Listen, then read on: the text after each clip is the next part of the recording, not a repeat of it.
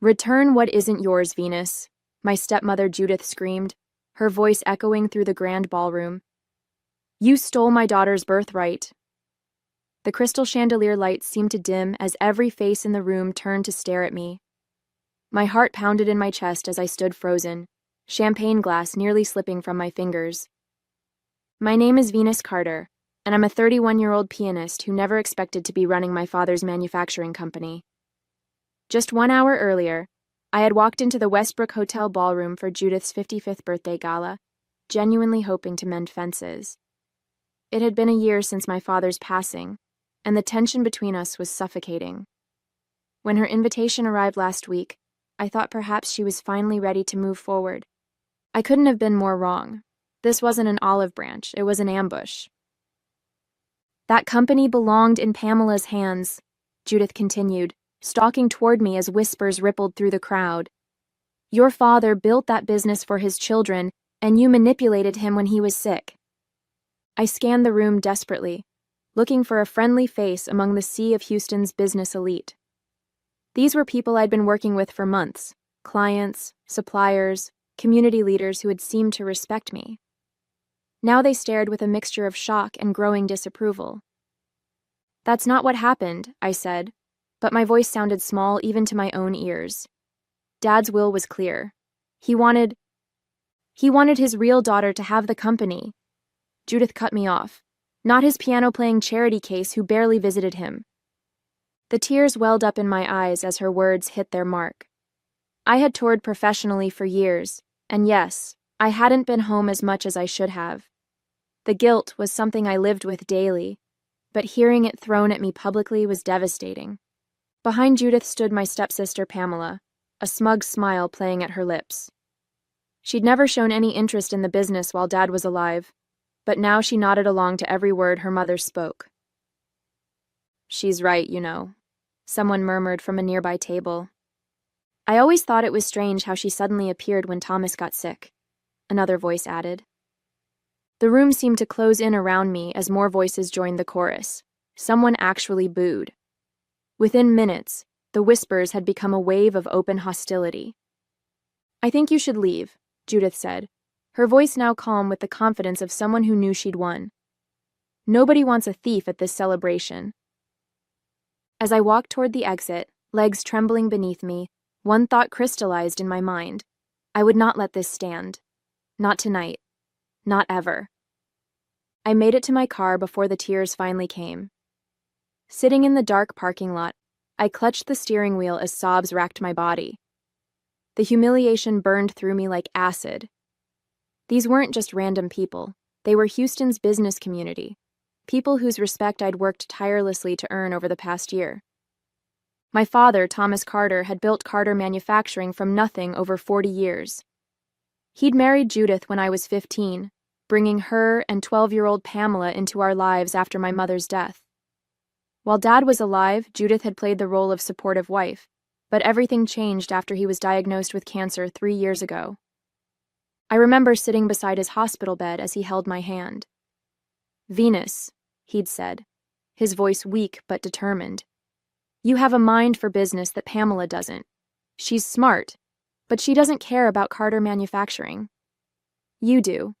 I've seen how you analyze everything, how you understand what makes things work. He'd squeezed my hand then. I'm leaving the company to you, and I need you to promise you'll take care of it. I had given up my touring career to honor that promise. At first, when the will was read, Judith and Pamela had seemed to accept his decision. But within weeks, the undermining began, subtle at first, then increasingly overt. Tonight was just the public culmination of a year-long campaign to discredit me. As I wiped my tears, my phone buzzed with a text from Bernard Wesley, my father's longtime attorney and the executor of his will. Just heard what happened. Are you okay? Call me. I dialed immediately, my voice still shaky as I recounted the evening's events. This is unacceptable, Bernard said, his familiar baritone filled with indignation. Judith knows perfectly well that your father was of sound mind when he made that will. We have video of him explaining his decisions. She's contested the will 3 times and lost every appeal. They all believe her, Bernard, I whispered. Everyone in that room thinks I'm some manipulative thief. There was a pause, and then Bernard asked the question that would change everything. Do you have your laptop with you? It's in my trunk, I replied, confused by the sudden shift. Good. Meet me at my office in 30 minutes. If Judith wants to make this public, then let's give the public the full story. Every document, every court filing, every piece of evidence your father left to protect you from exactly this scenario. For the first time since fleeing the ballroom, I felt something beyond humiliation, a spark of determination igniting in my chest. I'll be there in 20, I said, starting the engine. Bernard's office was still lit when I pulled into the parking lot of the glass and steel building downtown. He buzzed me in immediately, and I found him surrounded by stacks of binders and files. I've been organizing these since your father passed, he explained, gesturing to the neatly labeled documents. Thomas knew Judith might try something like this. He was strategic that way, always thinking several moves ahead. As Bernard pulled files, I paced the office, anger gradually replacing my earlier shame. I don't understand why she'd do this publicly. She's already contested the will and lost. What does she hope to gain? Bernard looked up, his gray eyes serious. Control. Judith has always been about appearances and social standing. If she can't get the company legally, she'll try to make your position untenable by turning the business community against you. She's succeeding, I muttered, remembering the hostile stares. Not for long, Bernard replied, sorting documents into new piles. Your father documented everything. The multiple times Pamela stated she had no interest in the business. The management courses he encouraged you to take remotely while you were touring. The weekend strategy sessions you two had whenever you were home. He handed me a USB drive.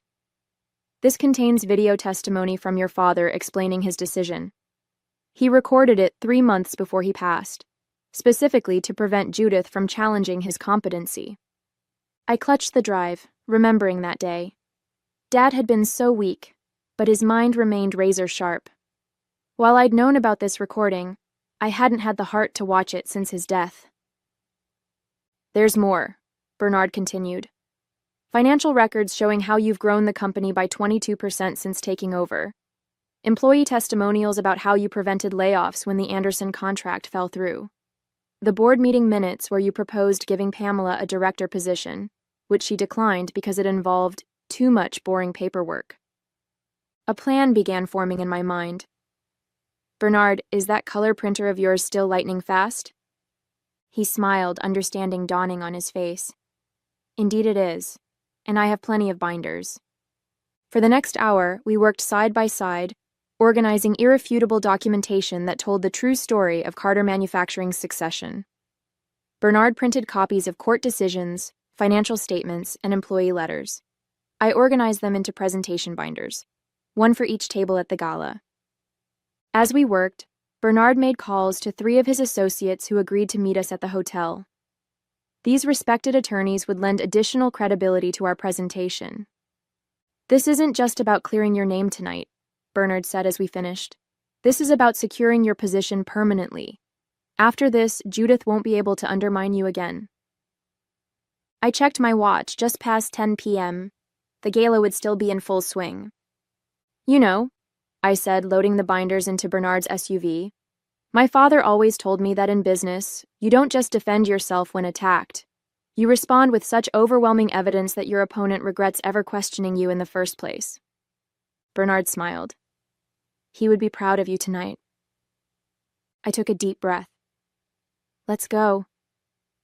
The drive back to the Westbrook Hotel was silent, my nervous energy filling the car as Bernard navigated through downtown Houston's Saturday night traffic. The binders sat in the back seat, each one containing what felt like my entire life, my father's wishes, my hard work, my legitimacy. Remember, Bernard said as we pulled up to the valet stand, you're not just Thomas Carter's daughter tonight. You're the CEO of Carter Manufacturing. We unloaded the SUV, Bernard's 3 colleagues joining us at the entrance. The 4 attorneys in their impeccable suits created a powerful visual, like a legal fortress around me. The same doorman who had watched me flee in tears now stepped aside with wide eyes. My heart hammered as we approached the ballroom doors. Inside, the gala appeared to be continuing as if nothing had happened. Crystal glasses clinked, expensive perfume hung in the air, and the string quartet played a familiar waltz. The moment I stepped through the doorway, however, a hush fell over the nearest tables. The silence spread like a wave as heads turned and conversations died. Judith stood near the cake display, champagne flute in hand, looking triumphant. When she spotted me, her smile vanished. Pamela, beside her, grabbed her mother's arm, whispering urgently. "Ladies and gentlemen," Bernard announced, his authoritative voice carrying across the room. "Please excuse the interruption. My name is Bernard Wesley, longtime counsel to Thomas Carter and executor of his estate. I believe there has been some misunderstanding about Carter Manufacturing that needs clarification." The quartet stopped playing. Every eye in the room fixed on us. Earlier this evening, serious accusations were made against Venus Carter, the rightful CEO of Carter Manufacturing, Bernard continued. As officers of the court, my colleagues and I are here to present the legal and factual record. My legs trembled slightly as we moved forward. The attorneys began distributing binders to each table while I walked directly to the small stage where the quartet sat. One of the musicians handed me the microphone.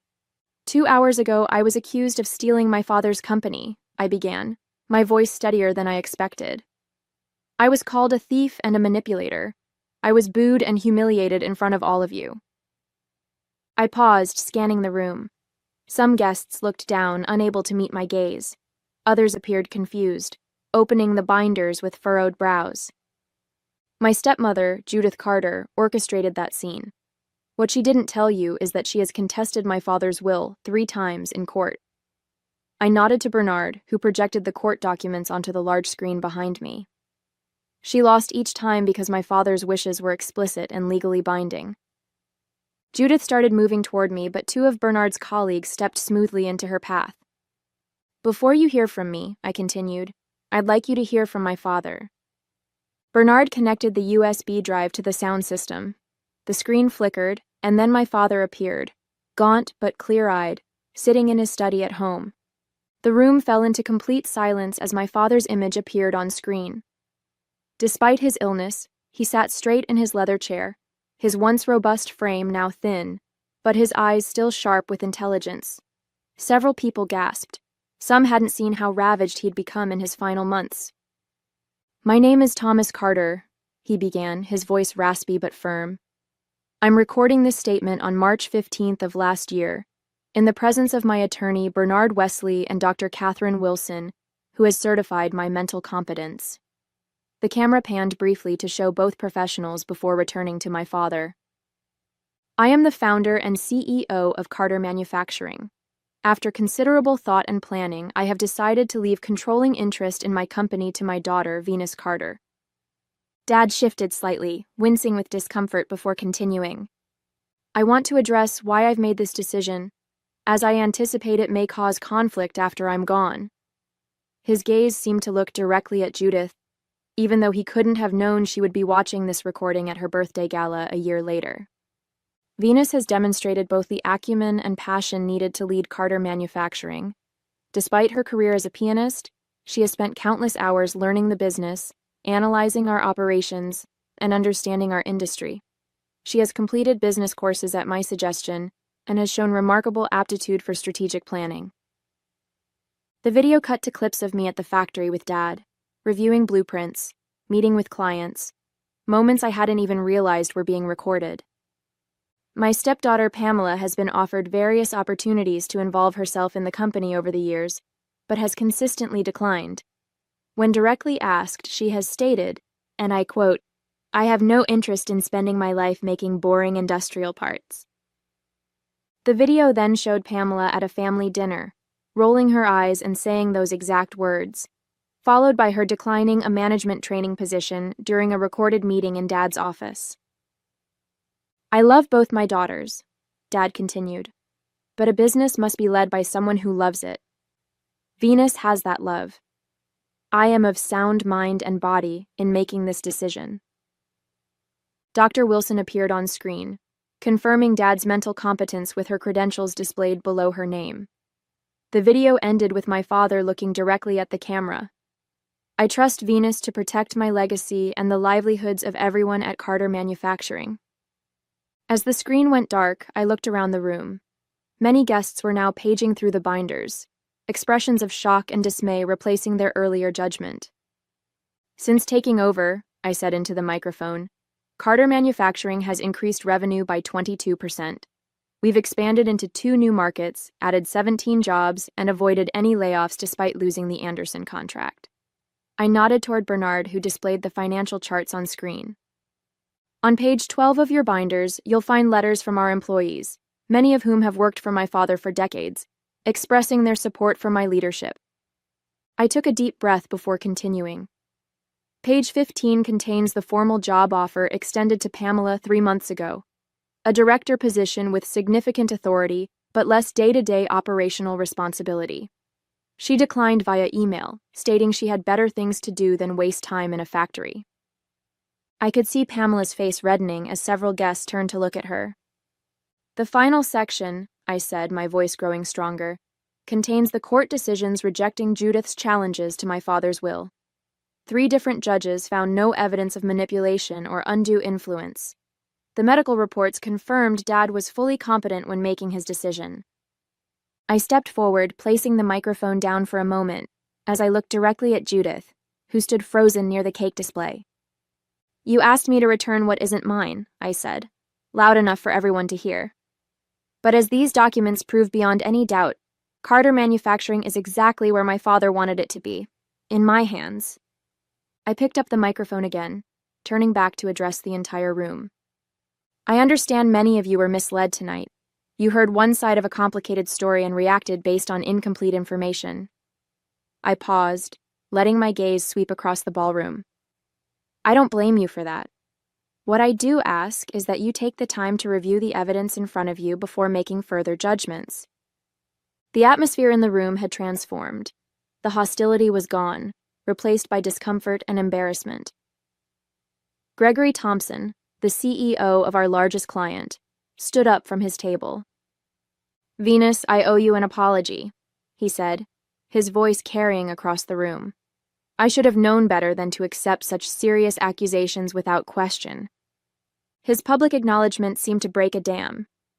Other guests began flipping more intently through the binders, murmuring among themselves. Someone at a back table started slowly applauding, and others gradually joined in. Judith finally broke through the attorney's blockade, storming toward me with Pamela trailing behind her. How dare you? She hissed, her voice low but venomous. This is my birthday celebration, and you've turned it into a corporate presentation. This is exactly why Thomas should never have left you the company. You have no class, no sense of propriety. I smiled calmly, knowing every eye in the room was on us. Interesting perspective, Judith, considering you used your own birthday party to publicly accuse me of theft and have me thrown out. You manipulated him when he was dying, Pamela interjected, her voice shaking with anger. You were barely even around. Bernard stepped forward, tablet in hand. Actually, the visitor logs from the hospital and hospice facility show that Venus visited your father 83 times during his final 6 months. Based on these same records, Pamela, you visited 12 times. Mrs. Carter, you visited 37 times. Pamela's mouth opened and closed, but no words came out. The company was supposed to secure our future, Judith finally said, dropping all pretense. Thomas promised me we would always be taken care of. And you are, I replied firmly. Dad's will provided generously for both of you. The trusts he established ensure you'll never have financial concerns. I lowered my voice so only they could hear. What he didn't do was give you control of his life's work, because he knew what would happen to it if he did. Judith's face contorted with rage. For a moment, I thought she might strike me. Instead, she grabbed Pamela's arm and began pulling her toward the exit. This isn't over, she threw over her shoulder. Actually, it is, Bernard called after her. Any further legal challenges will be considered vexatious litigation and will seek sanctions. As they disappeared through the doors, the tension in the room visibly deflated. Guests began approaching me, offering apologies and congratulations on the company's success. Some admitted they had always found Judith's version suspicious, but hadn't felt comfortable speaking up. Edward Winters, the former CFO who had worked with my father for 20 years before retiring, made his way to my side. "Thomas was right about you," he said, squeezing my hand. "You've got his backbone. He used to say you had your mother's talent but his head for business." Tears pricked at my eyes, but they weren't tears of humiliation this time. "Thank you, Edward. That means everything to me." As the evening continued, I found myself surrounded by support instead of scorn. Bernard stood nearby, satisfaction evident in his smile. The attorneys began collecting the binders. They had served their purpose. "What now?" Bernard asked as the party gradually returned to normal. I looked around at the room full of Houston's business elite, many of whom would be crucial to Carter Manufacturing's future success. "Now," I said, straightening my shoulders, "I network. After all, I'm not just Thomas Carter's daughter tonight. I'm the CEO of Carter Manufacturing." 6 months have passed since Judith's disastrous birthday gala. That evening marked a turning point, not just in how the business community viewed me, but in how I viewed myself. Walking back into that ballroom with evidence and truth had transformed me in ways I'm still discovering. Carter Manufacturing has flourished beyond even my most optimistic projections. After the gala, several guests approached me with new business opportunities. Gregory Thompson's company doubled their order, and 3 former clients who had been wavering returned with long-term contracts. Our workforce has grown by 32 employees, and we've expanded to a second facility in Austin. The aftermath for Judith and Pamela wasn't what anyone expected. 2 weeks after the gala, Pamela showed up at my office unannounced. She sat across from me, nervously twisting her hands. "I need a job," she said bluntly. "Mom's gone through most of her personal savings on those legal challenges, and my trust from Dad doesn't fully mature for another 3 years." I studied my stepsister's face, searching for deception but finding only desperation. "Why come to me, especially after everything that happened?" "Because," she admitted reluctantly, "you're the only one who's actually succeeding. Everyone else in Mom's social circle is just pretending." Against Bernard's advice, I offered Pamela an entry-level position in our marketing department. To my surprise, she accepted, and even more surprisingly, she's shown genuine aptitude for the work. We're not friends, and perhaps we never will be, but there's a growing professional respect between us. Judith, on the other hand, left Houston shortly after the gala. She moved to Phoenix, where she's reportedly pursuing a new wealthy widower. Our paths haven't crossed since, and I doubt they will anytime soon. My personal life has undergone equally significant transformations. For years, music had been my identity. The piano, my constant companion through childhood loneliness after Mom died, through the awkward blending of families when Dad married Judith, through the grueling schedule of conservatory and touring. When Dad got sick and I stepped away from performing, I thought I was just taking a temporary break. But running Carter Manufacturing has awakened something unexpected in me. The challenge of leadership, the satisfaction of creating jobs and solving problems, these things fulfill me in ways I never anticipated.